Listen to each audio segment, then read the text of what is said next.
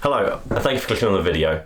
In this video, I want to talk about the Zhiyun crane and the Sony 28mm f2.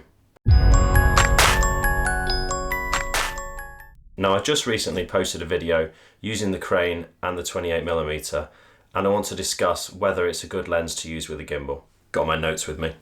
Now, the last video, I will link it, but it got copyrighted, so it won't play on mobile devices. It will only play on desktop. So I will be overlaying some of the footage on this video. Now, this is just my opinion, yours may differ. So the Sony 28mm f2, this is a great lens.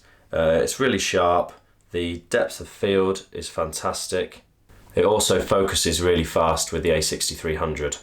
The Zhiyun crane, 3-axis gimbal, absolutely brilliant, and according to the reviews, for the price point, the best gimbal on the market. So I'm overlaying some of the footage over this video, and you may be looking at it thinking this is really stable footage or this looks okay, but reality is I took a lot of shots on that day.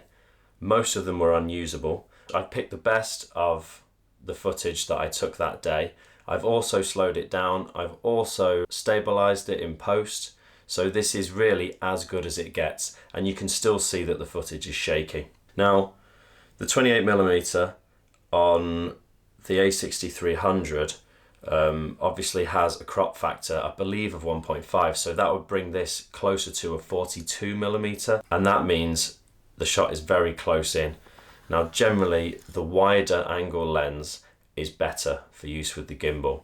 Now, there's also no stabilization in this lens. There's also no stabilization in the camera, so it is relying solely on the work of the gimbal to try and smooth out the footage.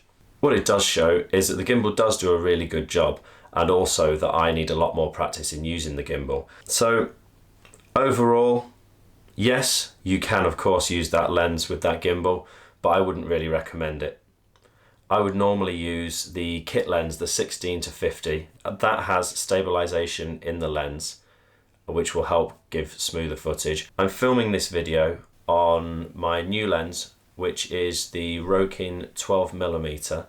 It is a fully manual lens, so hopefully I'm in focus. My next video will be using that lens and the gimbal, so we'll see what the difference is. Okay, so that's all I've got for today.